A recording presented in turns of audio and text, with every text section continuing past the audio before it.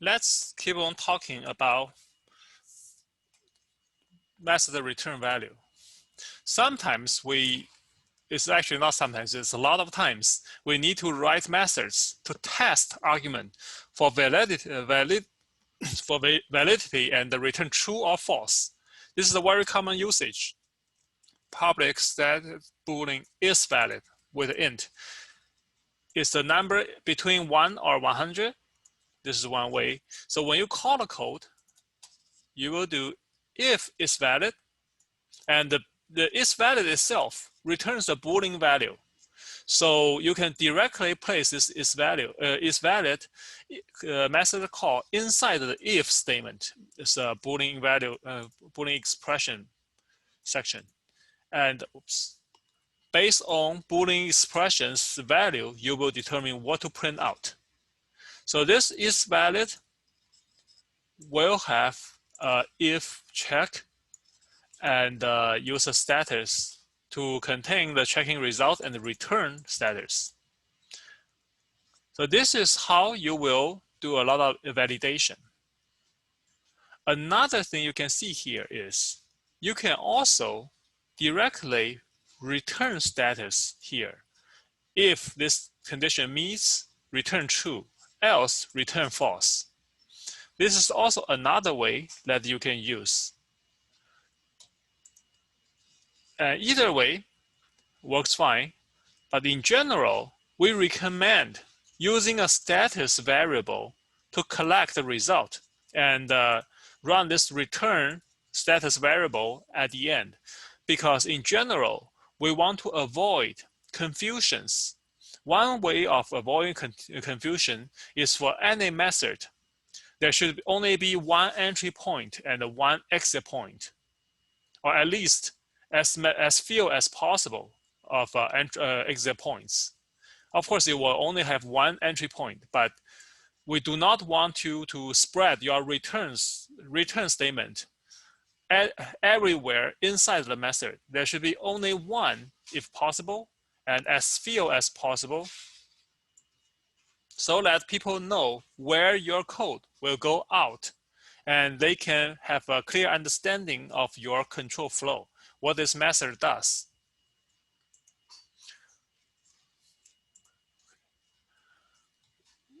You can also return a reference to an object, not only string.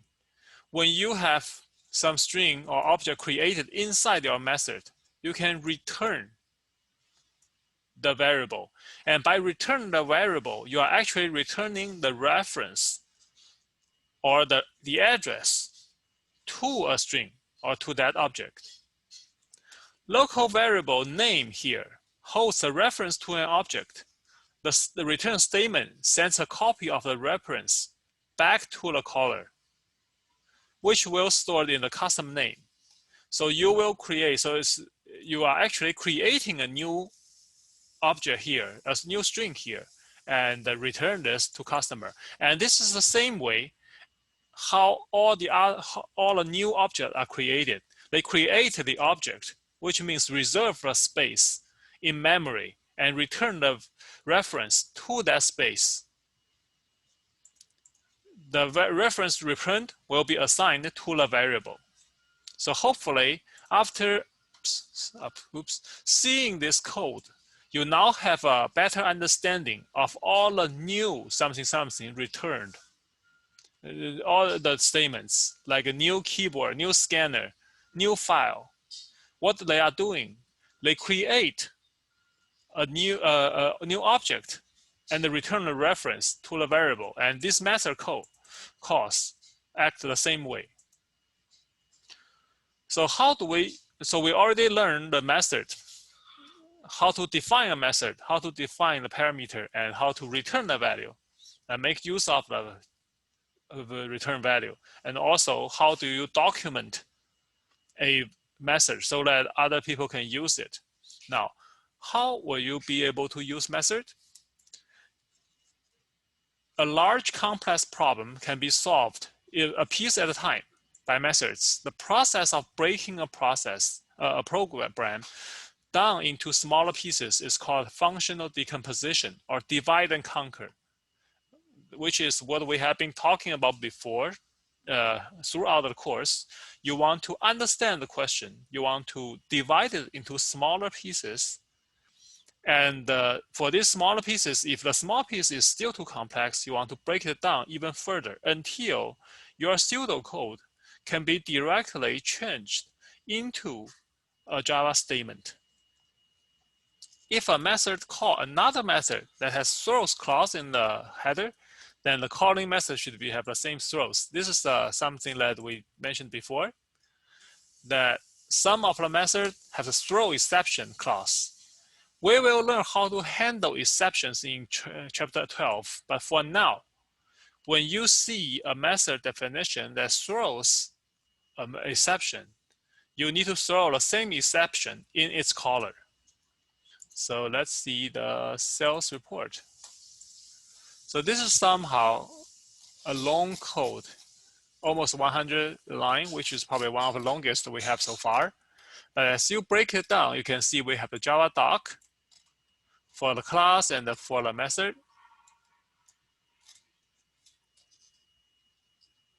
And then each method, you have a representative name, a good name to understand, to describe what this is about. Get total sales, got file name,